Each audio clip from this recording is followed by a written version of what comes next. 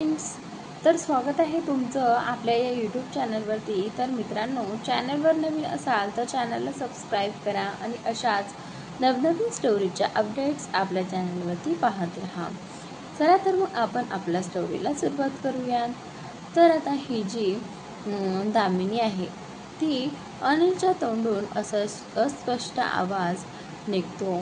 तसंच आता दामिनी मागचा पुढचा विचार न करता सरळ रूममध्ये पळत जाते। एव्हाना तिला रडायला यायला लागलं होतं आणि तिला असं रडत जाताना बघून इकडे अनिलची पावलं डगमगायला लागतात। कसंबसं स्वतःला सावरतो तो, पण पळतच तिच्या मागे जातो। तर आता दामिनी रूममध्ये येऊन खिडकीजवळ जाऊन उभी राहते। डोळ्यातून पाण्याच्या धारा वाहू लागल्या होत्या।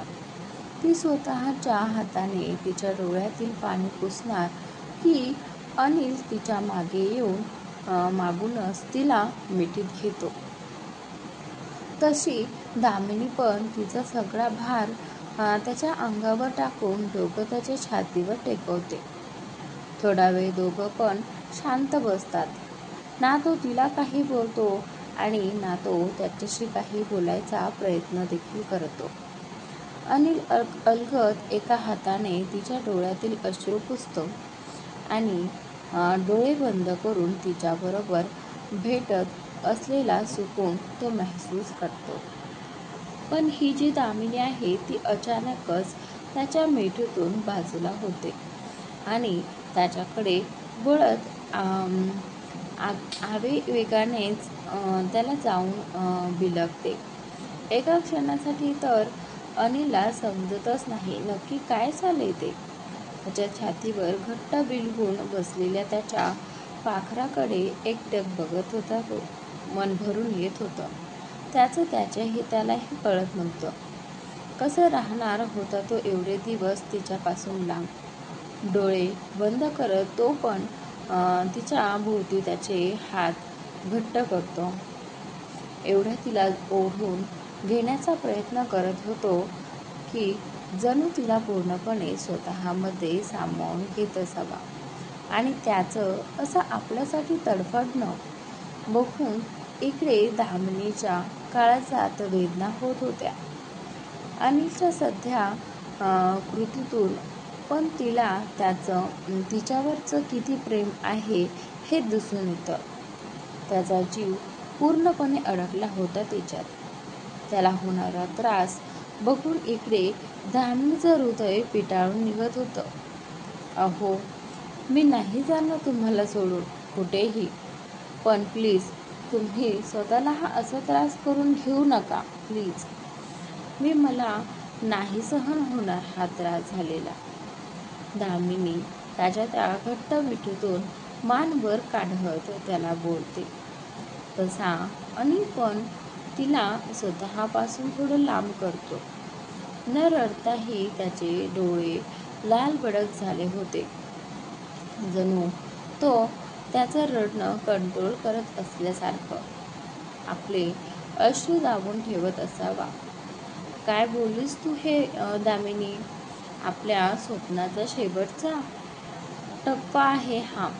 आता इथपर्यंत पोहोचल्यावर इथून माघार घ्यायची नाहीये आपल्याला।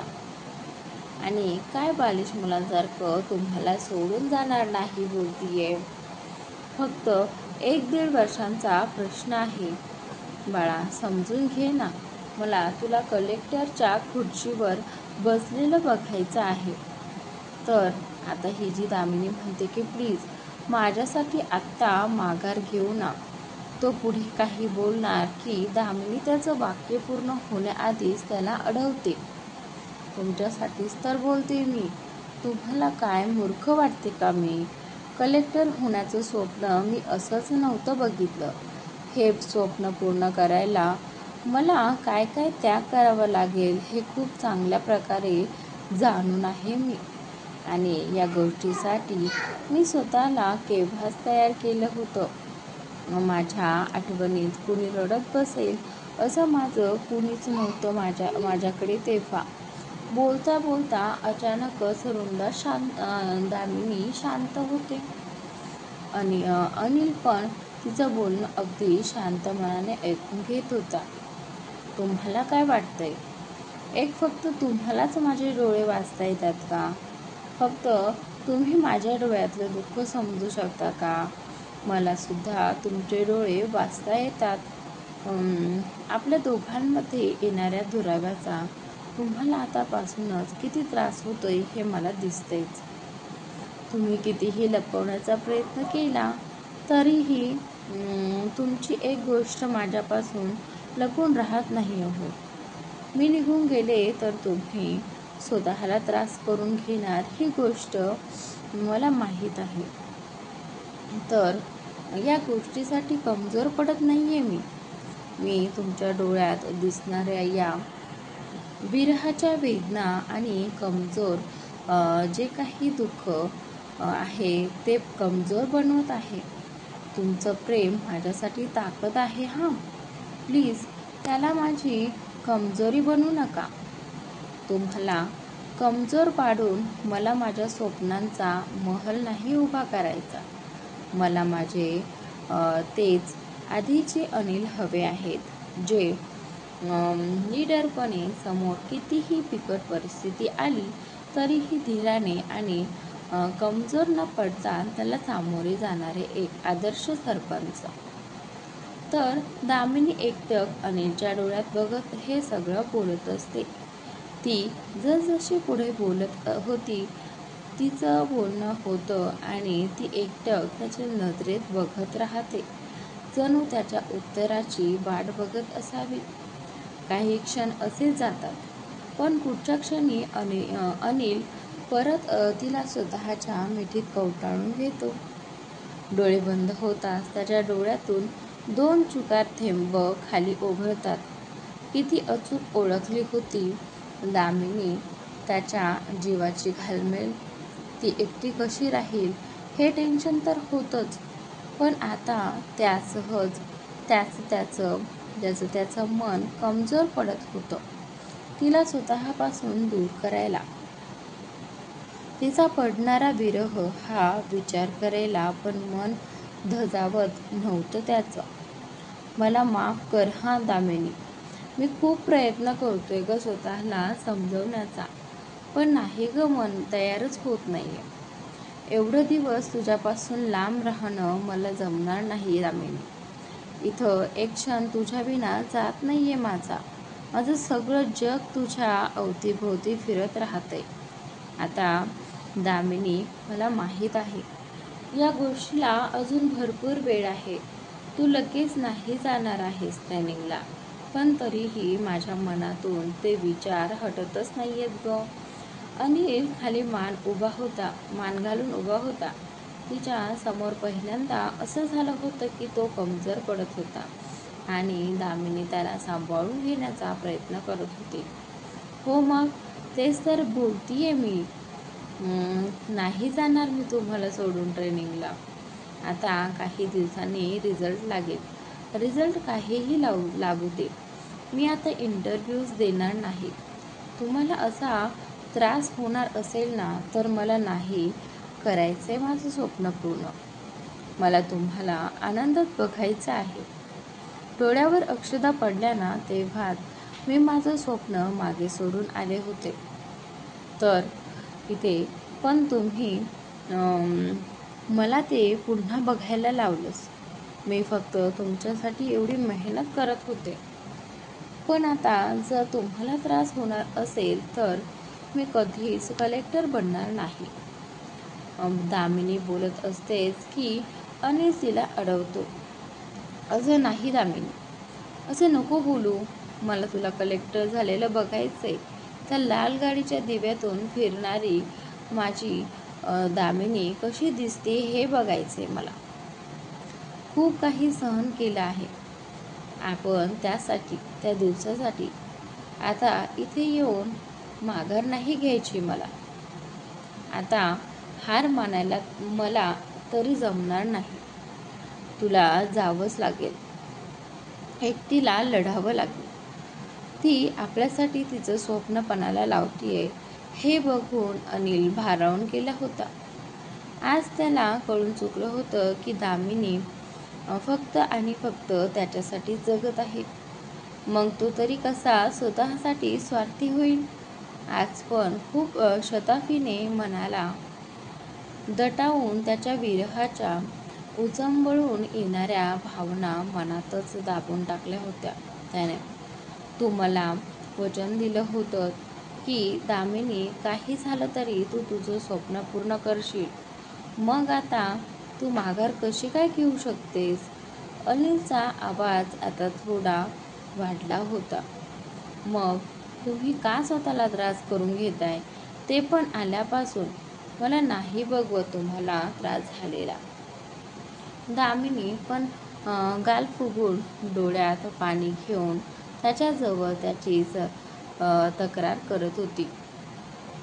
भोळग ते पाखरू अनिलचं. अगदी गोंडबाळासारखी दिसत होती ती दामिनी या वेळेला. नाही घेणार त्रास करून, प्रॉमिस. अनिल तिचा चेहरा दोन्ही हातात पकडतो आणि बोलतो. पण दामिनी काय हे अजून पण त्याच्यावरचा राग घालवायला तयार नव्हती. त्याचे हात बाजूला करत ती त्याच्यापासून शेवटी थोडी बाजूला होते आणि दुसरीकडे बघू लागते. तसा अनिरुद्धचा समज आहे की ती नक्की रागावली आहे. रडल्यामुळे अजून पण हुंदके येतच होते तिला. अनिलची ताकद बनून जगासमोर वावरायचं होतं ना, की त्याची कमजोरी म्हणून लोकांनी त्याला हिणवावं. तसा अनिल तिच्याकडे एकटक बघत हलकसं हसतो. तो दामिनीच्या जवळ जात हलकेच तिच्या कमरेवर हात ठेवतो आणि तिला अलगद स्वतःकडे खेचतो. तशी ती जी दामिनी आहे त्यांच्या छातीवर जाऊन आदळते. पण अजून तरी काही ती त्याच्याकडे बघायला तयारच नव्हती. हुंदके देणार तर अजून पण चालूच होतं. बघ तरी माझ्याकडे एकदा दामिनी, तो हलकेच तिच्या कानाजवळ येऊन म्हणतो. पण दामिनी तिची मान दुसरीकडे वळून घेते. पण तो अनिल होता. तसंच तिला थोडं पाठीमागे धक्का देत तिची पाठ तो भिंतीला टेकवतो आणि अगदी तिच्या जवळ जाऊन उभा राहतो. एवढा की जरा जरी हालचाल झाली तरी तिचा चेहरा त्याच्या चेहऱ्याला स्पर्श करून जाईल. तर दामिनी श्वास रोखून अजून पण नजर खाली झुकून उभी होती. कमजोरी नाहीयेस तू माझी दामिनी, माझी सगळ्यात मोठी ताकद आहेस तू. तुझं प्रेम आहे. हा आता एवढ्या दिवसांचा विरह येणार आपल्या दोघात म्हणून मन थोडं हळबं झालं होतं. एवढंच. एक गोष्ट लक्षात ठेव, जोपर्यंत या जीवात जीव आहे ना, तोपर्यंत या अनिल यादववर फक्त आणि फक्त तुझं हे असेल वर्चस्व आहे. अनिल बोलतो आणि दुसऱ्या क्षणाला तिच्या कपाळावर ओठ टेकवतो. तसे आपसुकच दामिनीचे डोळे बंद होतात आणि ती अलगद त्याला जाऊन बिलगते. अनिल पण तिला आपल्या मिठीत सामावून घेतो. काही क्षण गेला असेल की अनिल परत तिला आवाज देतो. दामिनी त्याच्या त्या हळूवार तिला साद घालणारा आवाज तिच्या कानावर पडतो. तर दामिनीच्या अंगावर सरकन काटा येतो. तर तसंच त्याच्या छातीवर डोकं टेकून ती त्याला एवढाच काय तो प्रतिसाद देते. तू माझ्या प्रश्नाचं उत्तर नाही दिलं अजून, अनिल बोलतो. तसंही दामिनी त्याच्या मिठीतून बाजूला होत त्याच्याकडे बघू लागते. कपाळावर हलकीशी आठी अगदीच उठून दिसत होती तिच्या एवढ्याशा त्या गोल चेहऱ्यावर. कोणता प्रश्न? बर, भोळी ग बाई माझी भोळी. ही उलट त्याचाच विचारात होती. कोणता प्रश्न? तसा अनिल तिच्या कमरेवर ठेवलेले हात अधिकच घट्ट करत तिला स्वतःजवळ खेचतो. I love you, I love you, I love you infinity, beyond all the limits at forever. Anil तिच्या नजरेला खोलवर नजर भिडवत बोलतो. तर आणि त्याचे ते शब्द ऐकून इकडे दामिनीची हालत खराब होत चालली होती. त्याची ती तिच्यावर अडकलेली नजर बघून हृदय जणू आता बंद पडते की काय असं वाटत होतं तिला.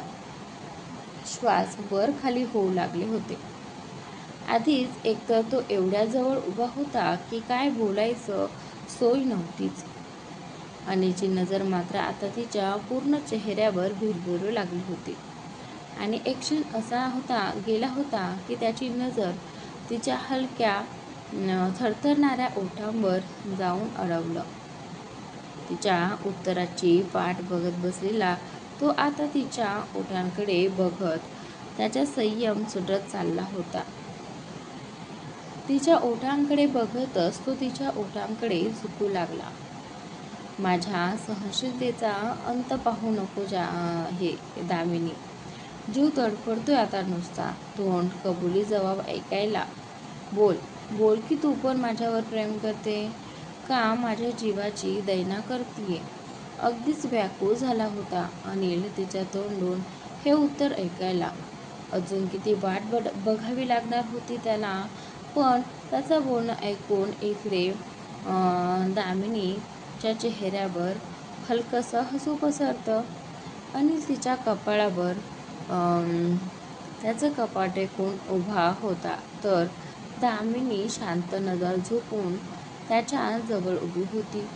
तिला समजत होतं त्याच्या जीवाची घालमेल म्हणा जीव तर तिचा पण कासावीस होत होता त्याच्या मिलनासाठी. मी ती अलगदच त्याच्याजवळ एक पाऊल वाढवत टाचा उंच करून त्याच्या कानाजवळ तिचा चेहरा घेऊन येते. तिचे ते वाढलेले गरम श्वास कानावर पडताच अनिल तिच्या कमरेवरची पकड अधिकच घट्ट करतो आणि डोळे आपसुकच बंद होतात. एवढंच काय तर तो श्वास घ्यायला पण विसरून जातो. श्वास रोखून तो दामिनीच्या पुढच्या कृतीसाठी जणू स्वतःला तयार करत होता. कन्फेशन ऐकल्याशिवाय त्याला स्वतःवरचा ताबा सुटू द्यायचा नव्हता. आय लव्ह यू टू अहो खल्लास. क्लीन बोल्ड झाला होता अनिल अगदी स्तब्ध. काय करावं काय बोलावं ते सुचत नव्हतं. सुधीत येईपर्यंत तर दामिनी त्याच्यापासून बाजूला होत होती. रूममधून पळतच बाहेर जाऊ लागली. पण ती बाजूला होताच अनिल जो आहे तो भानावर येतो. बघतो तर दामिनी आता दरवाजात पोहोचली पण होती. ती एक नजर मागे वळून त्याच्याकडे बघते आणि त्याच्याकडून बघून हसतच ती मागच्या बाजूला पळत आली. दामिनी तिची खोडी लक्षात येताच अनिल पण तिच्या मागे तिला आवाज देऊन निघून जातो. तर आजचा भाग इथे संपलाय. पुढील भाग पाहण्यासाठी चॅनलला सबस्क्राईब नक्की करा.